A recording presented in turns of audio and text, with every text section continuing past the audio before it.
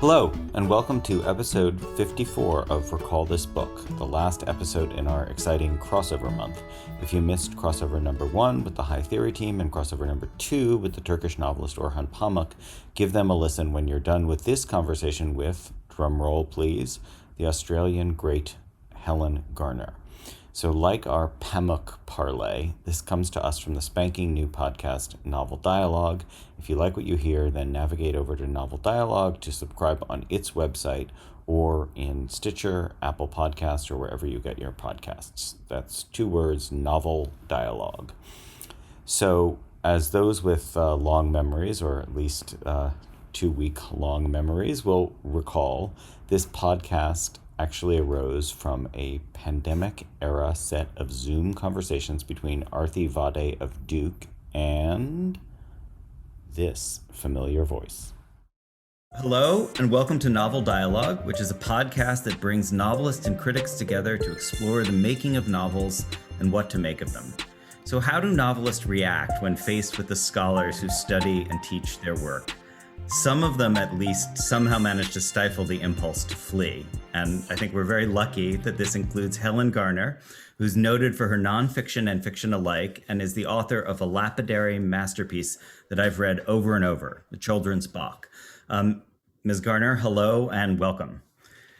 Thank you. Thank you for inviting me. Oh, thank you so much for coming on. So I'm John Plotz, and you're going to be hearing from my partner, Arthi Vade, in upcoming episodes. But today I'm going to be serving as third wheel for a conversation between Helen Garner and Professor Elizabeth McMahon, a distinguished scholar of Australian literature at the University of New South Wales and the author of, among much fine other work, the 2016 monograph Islands, Identity, and the Literary Imagination. So Helen Garner's novels include her prize-winning 2018 The Spare Room, but she's been celebrated as a novelist since her 1977 Monkey Grip, which is, among other things, a remarkable anatomy of addiction and an unsparing yet still sympathetic portrayal of the share house life of 1970s Melbourne. She's also the author of, Helen, I lost count at about a dozen, but I will say at least a dozen books of nonfiction, including The First Stone and This House of Grief, as well as 3 screenplays, among them for Gillian Armstrong's very wonderful and I think very Garner-esque film, The Last Days of Chez Nous. So it's an honor to have you both here, and I hand the conversation over to you. Thanks, John. Because one of the things you've spoken about quite a bit in your conversations about your writing, and what is so incredibly clear in your writing, is this despair economy in which scene and mood are set. And you've talked about a number of times where you were writing and then you went to cut back the work to get rid of parts of description and to be left with, I think you use the word gaps, to create the gaps in the writing as well as what's actually there. And I'd like to think about that a bit, and I think that one of the ways that we could go into that is to read, if you would mind reading this section from the Children's Park, because I think that it is, the whole book does this, and it's one of the extraordinary experiences of reading it, is that as a reader you feel completely located, but also like you're just missing something, or just behind, or just in front of something all the time. So could you read that section for us, Helen? Sure. This comes about not quite halfway through, about a third of the way into the book. Vicky began to hang round the Fox's house in Bunker Street earlier each day. They heard her old push bike crash against the rubbish bins at breakfast time. She sprang up the concrete steps, checked her hair in the glass and stayed an hour, ate an egg that Dexter had poached for himself, tried to make herself useful and agreeable, though she was domestically incompetent. She tipped tea leaves down the sink and blocked it. She put embers from the potbelly stove into a plastic bucket and melted it. But she began to know where things were. She was cheerful company. She laughed at Dexter's jokes. She played with Arthur. She laced his boots for him, though he'd been able to do it himself for years. "Can I walk down to school with you?" she said. "Do you mind?" "Yes," said Arthur with his nose in a cereal packet. "You do mind?" "I mean, yes, you can come." When the mail arrived and Athena opened envelopes, Vicky watched and said, I never get any letters. Athena suppressed an impulse to say, you can read mine. Vicky loved their lavatory in the corner of the yard, its shelves made of brick and timber, stuffed with old paperbacks, broken tools, camping gear, and boxes of worn-down pencils. She loved the notes they left for each other, the drawings and silly rhymes, the embarrassing singing, the vegetable garden, the fluster under which lay a generous order, the rushes of activity followed by periods of sunny calm. Vicky was in love with the house, with the family, with the whole establishment of it. Bunker Street is her god, said Elizabeth. Dexter was flattered. I feel sentimental when I see you, Morty, he said. Why don't you bring this Philip round here? Philip? What would I bring him here for? He's your bloke, isn't he? Aren't you going to get married one of these days? Elizabeth shouted with laughter. Marry him? Forget it. He's already married. And anyway, can you see me as a married woman? Dexter clenched his fists and danced up and down on the spot. But I want you to be happily married. Elizabeth raised her eyes to the ceiling. I don't understand the way you live, said Dexter. What are the rules? Does he, betray you? Oh, of course he bloody betrays me, said Elizabeth. When you've been with someone that long, what else is there to do? Dexter flung out his arms and turned to Vicky, who was at the mirror by the piano, trying to tie a scarf round her head. I hate modern life, he said, modern American manners. It's just love, said Vicky, turning and twisting to get a back view of herself. Love? Roared Dexter. I've never been in love then. In love. I don't even know what it is. What's so funny? You'll find out one day.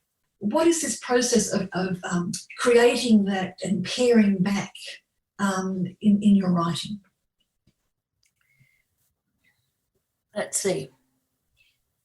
Well, this book, I think particularly, I have a great fondness for this book, but I think it's probably the best thing that I ever wrote. And sometimes I look at it and I don't remember writing it. It's as if someone else, some other person called Helen Garner wrote this book. I feel that, anyway, I won't go there, but I do feel that I do like it. So if other people like it, I'm really delighted.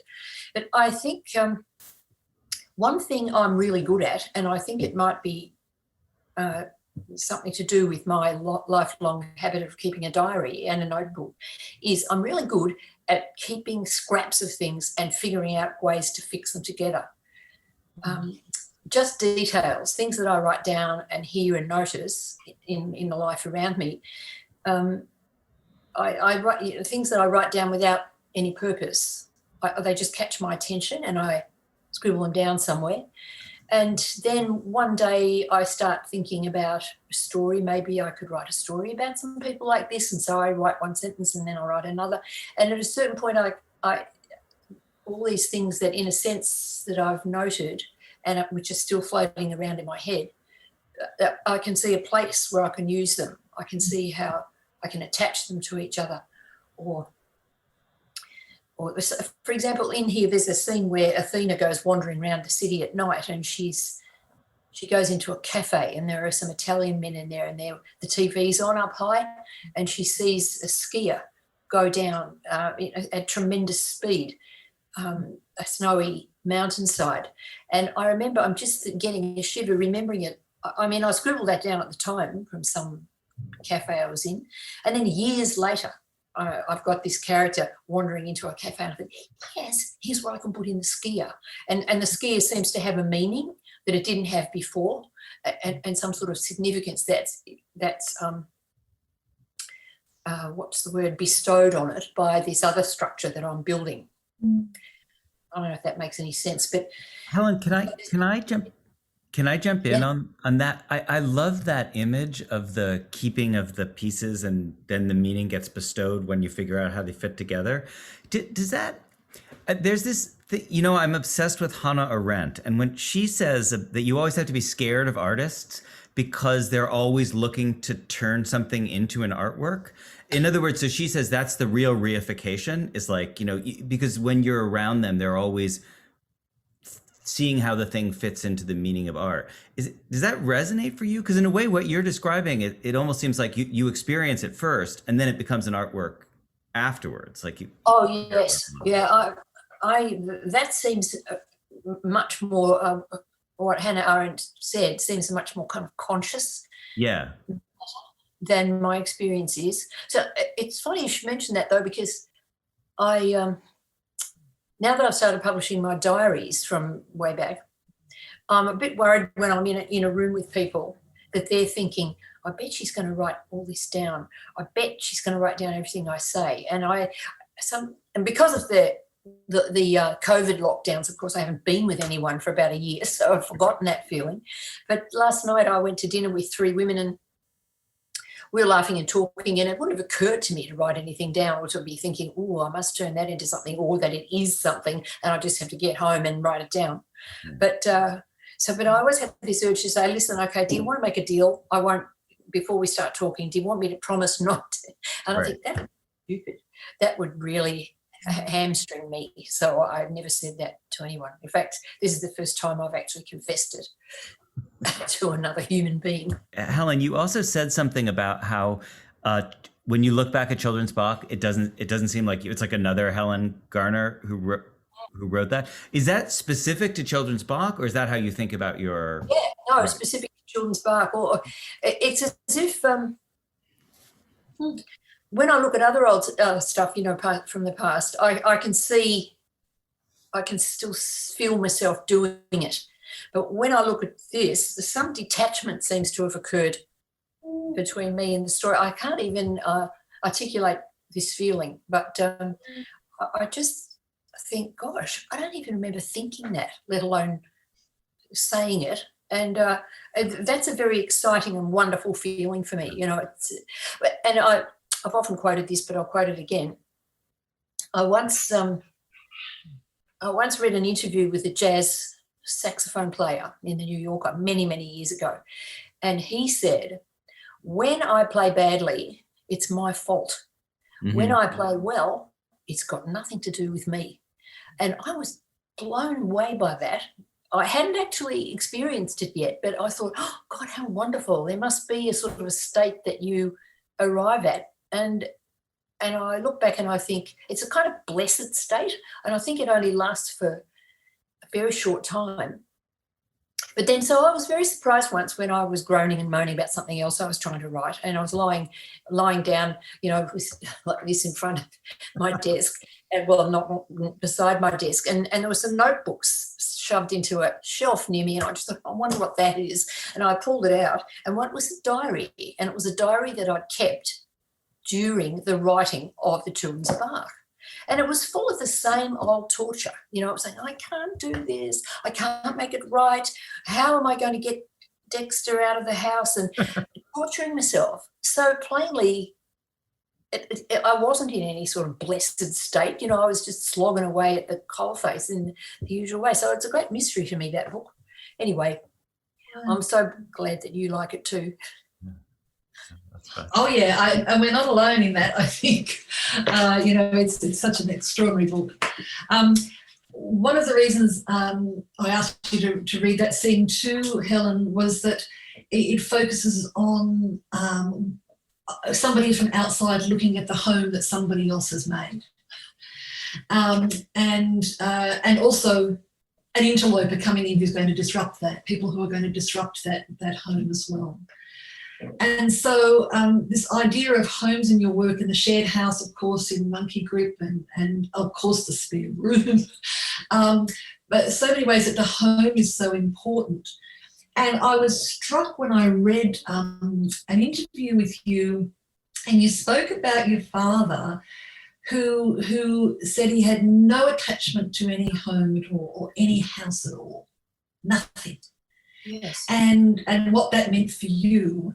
And can I ask about what the houses have meant for you in literal terms, first, and in the first instance, yeah, the homes you've lived in? Mm-hmm. Well, firstly, I say about my father that he was a very restless person, and he was always dragging my mother from house to house. So, and yet I think I only lived in, let's see, 1, 2, 3, 4 houses in my childhood. It's not as if we moved every 6 months. But I sat down recently and made a list of all the houses I'd lived in, all the places I'd lived in. It came to 27. And does that seem a lot to you?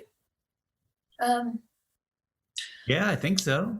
I was quite shocked, and some of them might only stayed for maybe 6 months, but I just wrote down every single one, every single address, and it gave me quite a shock. I'm just calculating mine. Is that what Me you're doing, too. John? Constantly at the ceiling. I've got I think I'm about 10 and between 10 and 13, but That's about me as well. yeah. But, Oh, well, there you go. It's not as if we're sort of rooted in place, right. Yeah. any of us. But yeah, well, that thing that my father said, he said he sort of roundly declared that he never had any sentimental attachment to any blah, blah, blah. I just looked at him and I thought, that really is a weird thing to say. I mean, he said it sort of proudly, as if, because I was helping him move, him and my mother moved to a different house. But he's the sort of guy who used to go for a walk, see a house that was being auctioned at that very moment, and he'd walk up to the auction and bid on it and buy it, a house. And then he'd go home and say, okay, Mum, we're moving to Kew. And Mum would be really upset and furious because she liked it where they were. And he dragged her around the world in that way. But I do find that sort of highly sort of neurotic and just kind of sort of boredom and itchy feet. And so it meant that my mother, of course, was perpetually being detached from her neighbours, groups of friends. And so she ended up depressed and very lonely, and then she got Alzheimer's, and then she died. And I can't help seeing it as a sort of, you can see the trail there. It was very painful to witness, actually. But see, now I've been living in the same house for what? Nearly 20 years, and that's the longest I've been anywhere, and I love it. I mean, you can grow things, and you can see them. There's a tree, and it has plums on it. Yeah, you can watch a tree grow. I think that's amazing. Yeah, I find that so satisfying. Yeah. Yeah. This is a shot in the dark, Helen, but are you a fan of Marilyn Robinson at all, who wrote Housekeeping? Oh, very much so. Yes, I greatly admire her. I think she's wonderful. Do you have a thought about, because I feel like she's really obsessed with homes in a really interesting way as well, that there are the people who leave and the people who stay, that housekeeping is sort of structured around the wandering aunt, and then, the sister who really wants to just stay in Fingerbone or whatever it's called. Do you know what I mean? Like it's like the permanent, I think of it as a very American dynamic, but maybe it's Australian too. Like that, there's fixed people and the wandering people, that. Yes, I haven't quite actually housekeeping. So I did read that when it first came out. I've never read it again, but I've read Gilead and the whole little group of books about it, which is Gilead is astonishing. Yeah. They're marvelous. But yes. I never used to understand people who stayed in the same place. I used to think, don't you get bored? Why don't you want to move? Not to move country or to move city, but just to move house. And still I find if I'm walking around, even in my neighbourhood, I'm always thinking, could I live in that house? That one's for sale. I'll go and look at it. And I just love that. One thing I absolutely adore is the smell of fresh paint.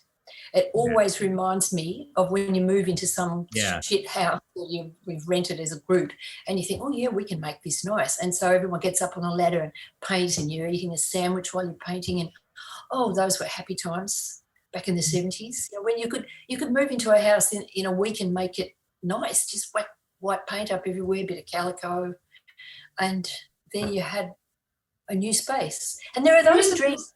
The dreams, there's this, I know this is in my work somewhere, those dreams where you go into a house that you felt familiar, but then in the dream you discover a whole other wing. Yeah. You think, I didn't know that was there. Or often it's an attic.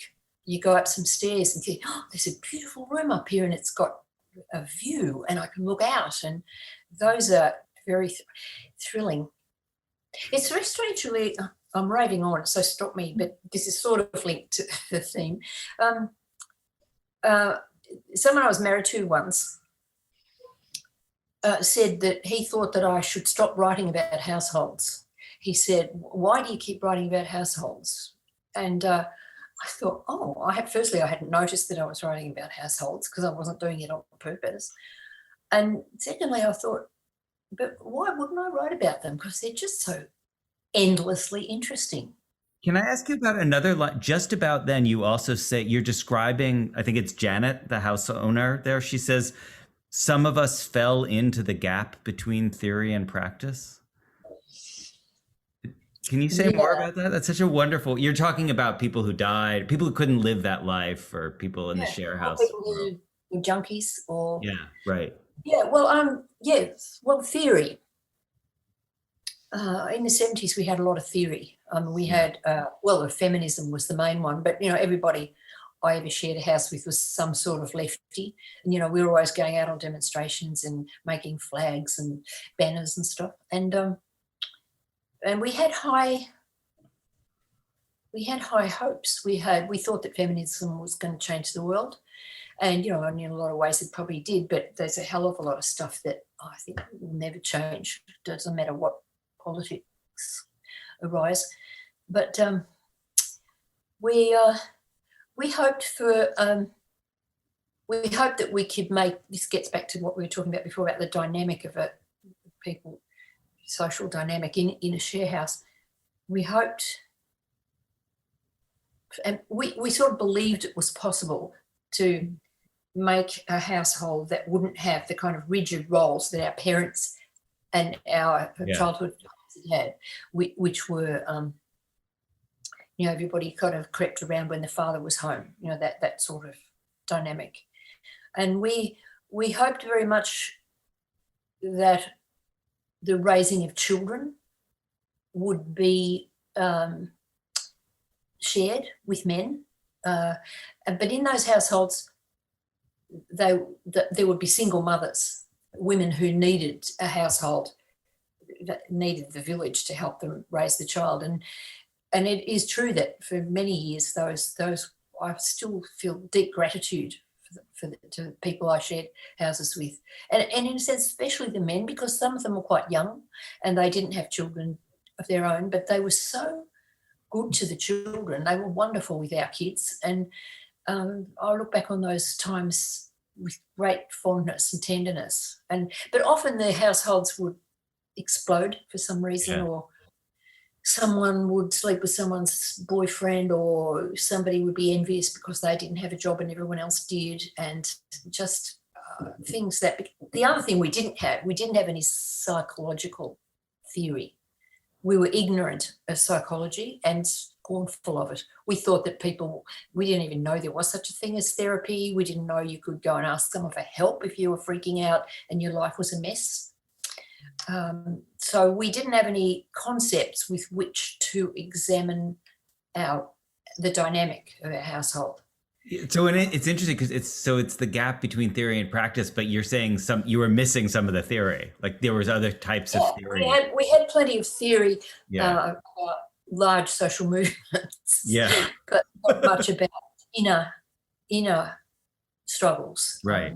And I think Australia, here's a generalisation, Helen, but I think Australia is still a sort of psychologically ignorant country, I think, or a culture. I think there's been some headway, but I don't know if that's a broader statement is true. But it strikes me that we are that. Yes, that's true. It certainly hasn't. Psychoanalytic thinking certainly hasn't sunk deep into the texture of things here. It hasn't, and there's still a lot of hostility to it, to that kind of thinking. And to the assistance it could bring, the clarity it might bring. Yeah, it's like it seems to me. It seems to me that people who despise psychotherapy, we're all going along in a ship, right? And some people fall overboard, and the psychotherapy to me is like the sort of that round thing that you throw in that floats. What's it called? The life belt. Yeah, life belt. And there are other people on the ship who go, "There's nothing the matter. You're just a wimp if you can't swim out. Why throw the?" And I find that just so sort of terrible and brutal and sad, really. But is it crazy to say that that novels are a kind of psychological theory also? I mean, I've always thought that, like, when you were describing the dream of the extra attic, I was thinking, well, that's Jane Eyre, right? Like that's is that unsatisfying? I mean, to me, like, novels they help me think about what somebody else's inner life is like that. I find Oh, yeah. fiction That's, reliable. yeah, that's one of their great wonders, isn't it? Just that you can enter another person's psyche and the writer's psyche, but the psyches of the characters are so endlessly fascinating. So I sort of I find though that there are times when I really can't sort of bear to read a novel. It surprised me we had very ferocious lockdowns Yeah. for the pandemic in Victoria, and I was really quite shocked to find that reading was difficult for me because that's my default thing. And when the chips are down, that's what I do. But something happened that made it that I couldn't do it, or I couldn't concentrate, or I couldn't use what was available to help me What did you do navigate. instead? Oh, I don't know. I just lay on the bed looking at the ceiling. Oh, in the first lockdown, I worked quite hard on the second volume of the diary, so that was actually work, and I was quite That's happy. good. Yeah. The second one, I watched a bit of TV. I started watching West Wing, which I never watched the first time around, and but yes, I was sad. Helen, who would you say would be writers that formed informed your own, or you liked, or informed your own practice of writing, or informed your own fictional worlds or non-fictional worlds? Can you name any of them? I mean, I can think. This is always a very difficult question for me. As soon as someone asks me this question, I go blank, and it's really weird because I've done nothing but read most of my life, and starting from when I was a girl, and I don't really know how to answer that question. Somewhere in this diary I'm working on at the moment, the third volume of the diaries, I came across a remark that I'd made to the effect that I thought I was comparing the sort of rather dry, restrained English influence that I've had from a lot of British reading with the sort of noisier, more rambunctious kind of American influence that I've got, and I remarked something to the effect of I think that, you know, whatever small thing it is I've got, it's a combination of those two things. And I'd love to say, oh well, Chekhov is my greatest influence, but I've read Chekhov, I love Chekhov, and I love Tolstoy, but and I love certain. I'm a huge fan, for example, of Philip Roth, but Philip Roth, when you pick up a book by Philip Roth and there's such power in the books that it's kind of awe-striking. It's not something you can like use as a model. I know who I've used as a model, Raymond Carver. I was just going to say that. Raymond Carver had a huge influence on me, and I was, when I read his stories first, I was just thunderstruck. I thought, what you can do with so little, and it's packed. The page is packed, and you look at it and it's all white. I think he was a wonderful, fabulous writer, and I do know that a lot of it was the influence of Gordon Lish, his ferocious editor. But I reckon Gordon Lish, I know nothing else about him except I once read a short story he wrote and it was terrible. It was a really awful story. It was I agree. Kind of and bullshit, and it was really kind of, sort of packed with testosterone-like gestures. And I thought, God, but as an editor, he had this amazing light touch. And wasn't it interesting? After Carver died, and Tess Gallagher republished some of she published some of the early drafts, the pre-Lish drafts of a couple of his stories, and I Hmm. went to read them and I was horrified.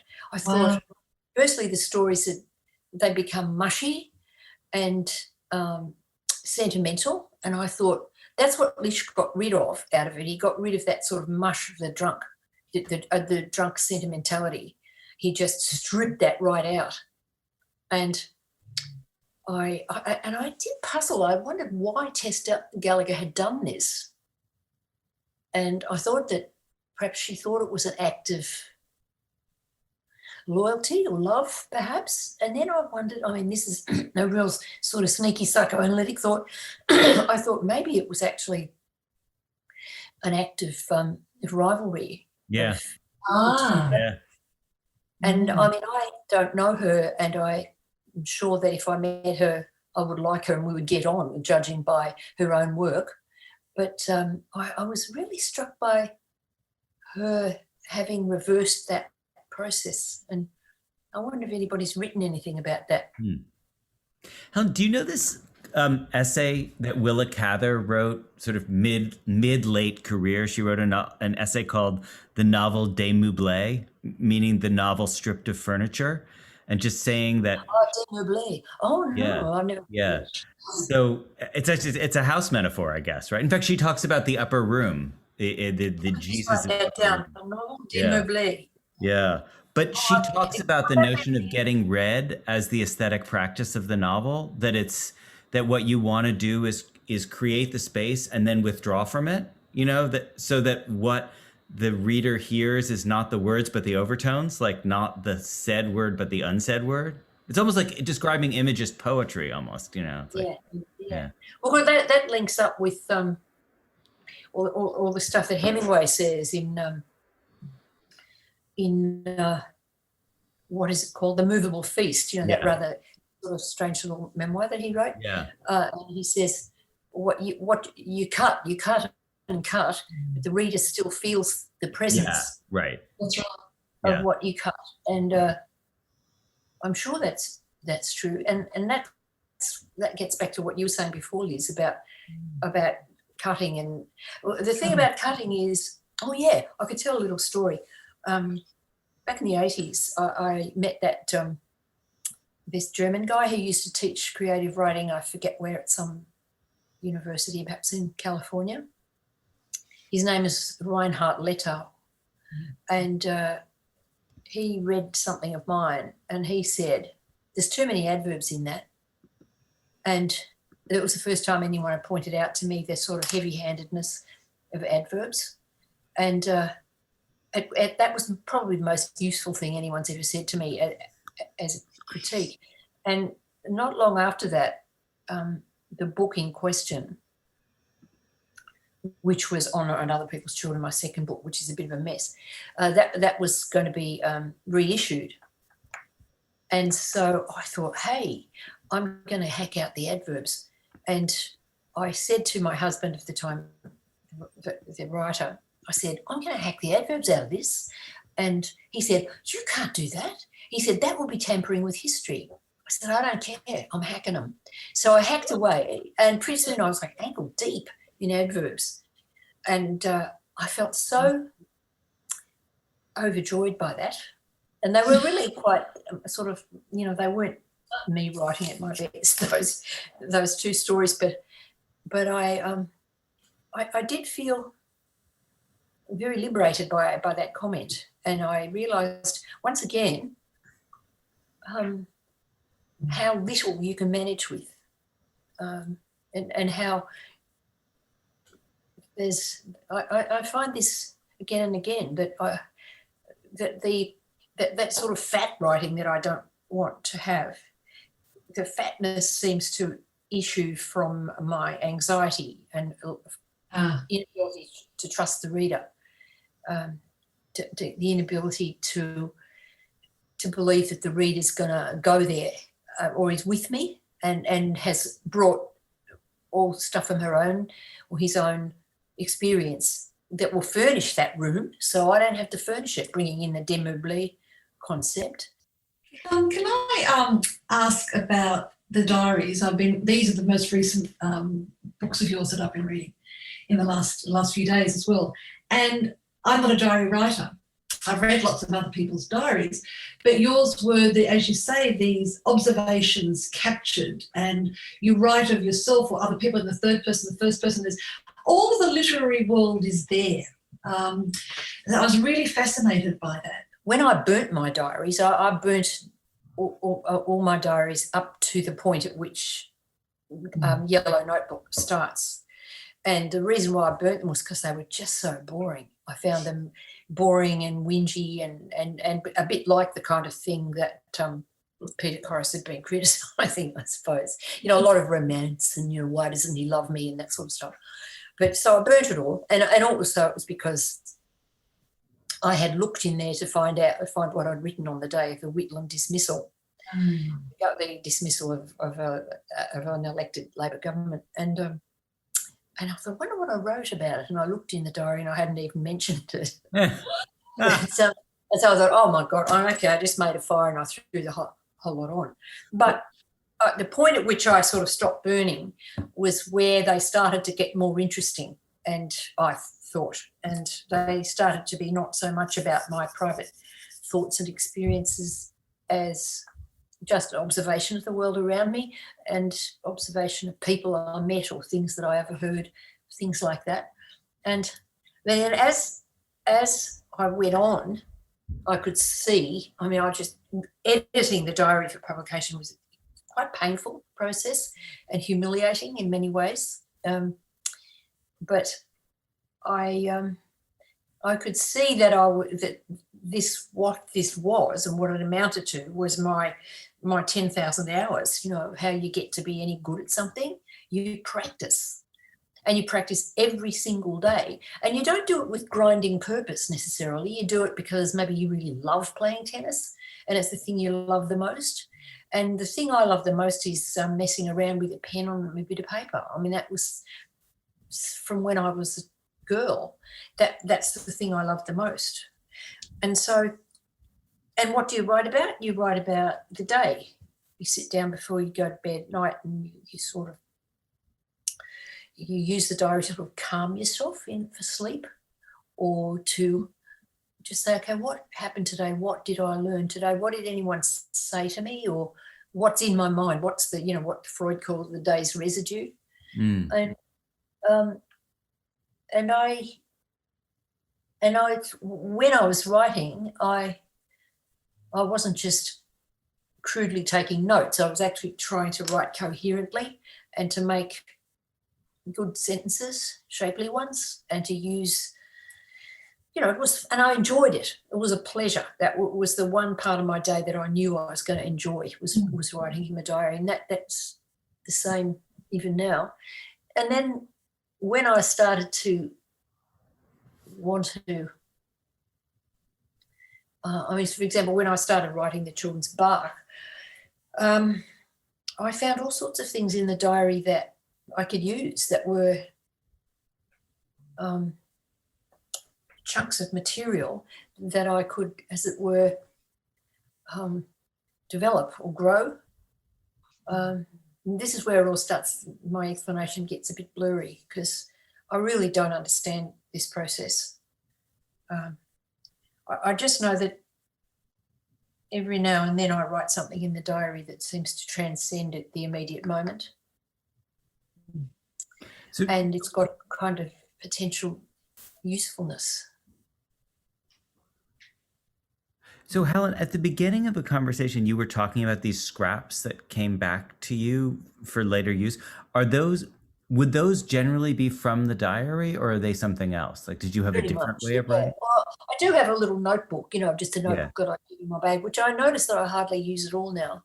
I don't seem to fill them up as I used to.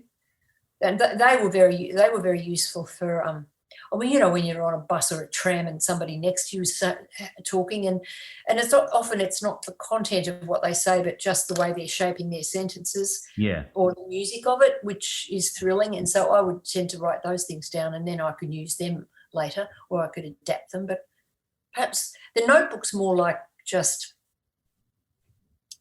hearing the tune of everything that's around you. Yeah. a diary is more analytical and trying to understand what hurt you or what made you laugh, or Yeah. it's just a sort of practice course, I suppose. George Eliot had these books. I've actually held one in my hand called Quarry, like the quarry from Middlemarch. But I think it's different because she kept it when she already knew she was going to write a novel that maybe was going to be called Dorothea Brooke, or maybe it was going to be called Middlemarch. But it was a quarry for the novel. But that's not what you're describing, right? I mean, it's not, because it's No, not. except that I've used that. I could in nonfiction, I would use that. Yeah. When those books that you mentioned, Liz, Joe Tinquay and This House of Grief.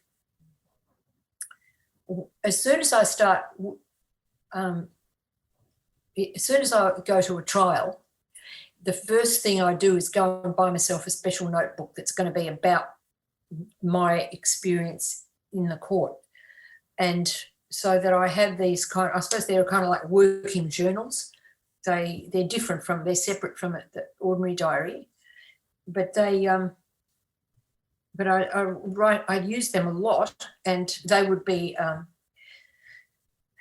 each day I write an account of basically what was my engagement with the material, I suppose you'd call it, Yeah. and who said things to me and what I noticed about people in the court, or what maybe a lawyer said to me on the way out the door, different from the stuff I would be putting in my little notebook when I was actually sitting there in the court. And what I found was, when I come to actually write the book, that those working journals are the spine of the book. And I didn't know that's what they were when I was writing them, or the first time I didn't. But the second time I realised that was how I was going to be able to use that stuff later. Like, I love the way you talked about responsibility and also detachment in a couple of different senses. But one thing that hasn't come up yet that I was hoping to touch on is music.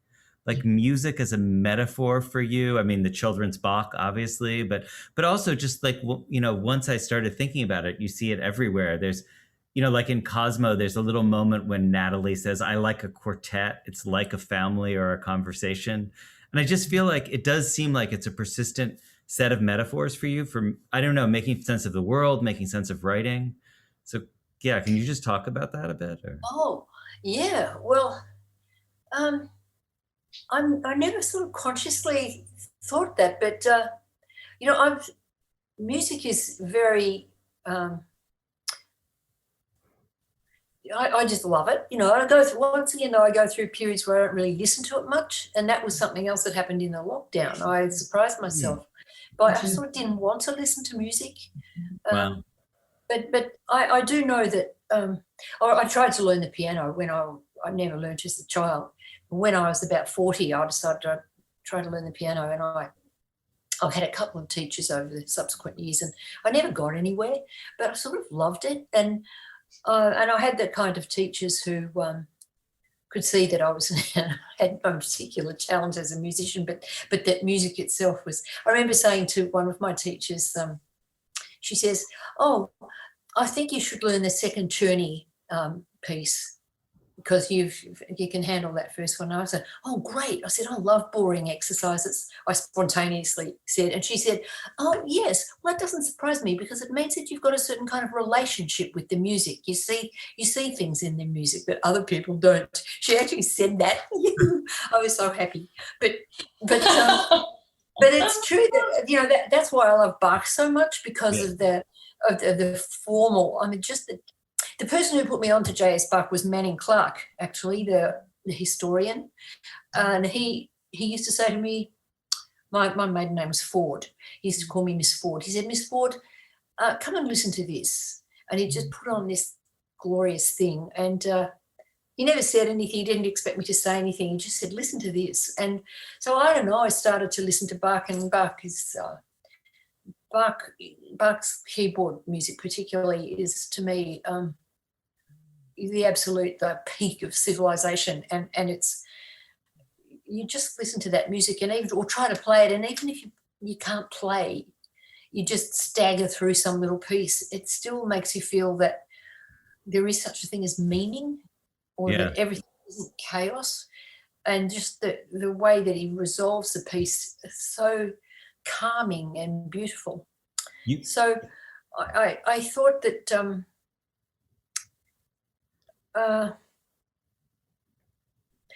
there's something about shaping a sentence too, which can be musical. I mean, I've got a fairly strong sense of when a sentence isn't working, and how if you shift the load of it to a different place, you get a balance, or you get a forward surge. And punctuation is important to me in that regard. What you love writing about, like in, say, Monkey Grip or Children's Bach, is very unordered spaces. Like you're writing about a disorderly world in this orderly way. And that feels like a tension, right? Or do you not? Yes. Yeah. Yes. Or an attempt not to be swept away in chaos, or to find a sort of place to stand in chaos. Well, I find chaos actually quite frightening, and I have an urge to impose order, I think. I mean, I'm actually quite known to be a rather bossy person, and I think that's what that is. It's I really admire a person who can walk into a room, and when they walk in, and everyone's fighting or yelling, and if they walk in, something happens. We always ask this one question, and it's a somewhat goofy question, so you could take it in any way you want. But the question is, basically, what's your favorite treat while you're in the throes of writing? And it doesn't have to be food. I mean, is there something that you do, or you play, or you drink, or you eat when the going gets really tough for you? Well, that's very interesting. Let me think.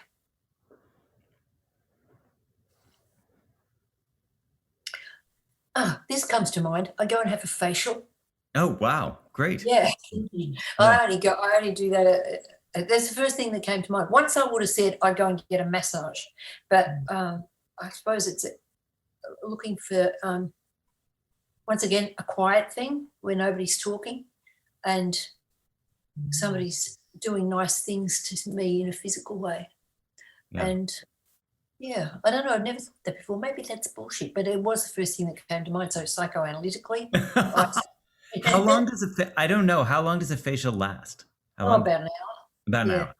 Yeah. And basically they're cleaning your face. Yeah. You know, they're taking out of your pores all the crap that's blown in there off the street and that you haven't managed to wash out by yourself. So I suppose it's it's one of those blessing type feelings, you know, where you think, now I'm clean and I can go home. So here I am again as your Recall This Book host to thank both Helen Garner and Arthi Vade and the Novel Dialogue team. That's noveldialogue.org for that crossover episode. I will also quickly add that Recall This Book is sponsored by Brandeis University and the Mandel Center for the Humanities. Music comes from Eric Chaslow and Barbara Cassidy. Sound editing by Claire Ogden. Website design and social media by Nai Kim. So from all of us at Novel Dialogue and at Recall This Book, thanks for listening.